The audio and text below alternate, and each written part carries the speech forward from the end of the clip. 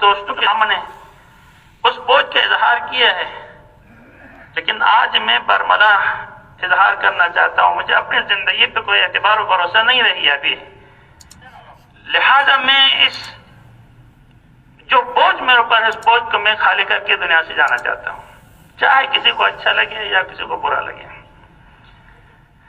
وہ یہ ہمدردی کی بنیاد پہ کہہ رہا ہوں کہ آج خدا شاہد ہے، ان گزشتہ سالوں میں قائد شہید نے ان سب کو مناظرے کا چلن کیا، آپ سب گواہ ہیں نا، ان کی طرف سے جواب بن پایا نہیں پایا نا، کہا کہ میں میرے ساتھ مناظرہ کرے، میں ان کی مسجد میں جاؤں گا، میں اکیلے جاؤں گا،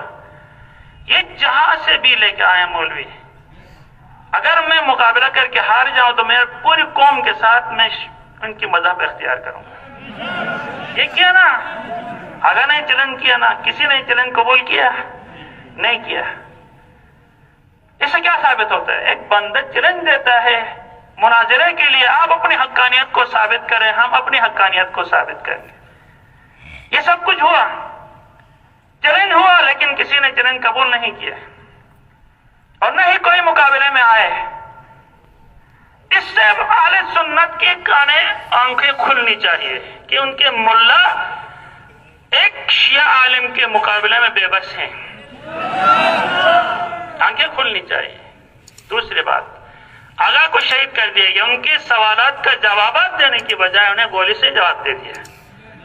وہ تو خیر سرخرو ہو کے جام شہادت نوش کر کے اللہ کے پیارے ہو گئے، انہوں نے جو مقام پانا تھا وہ مقام پا گیا۔ اس کے بعد بندے حقیر آیا،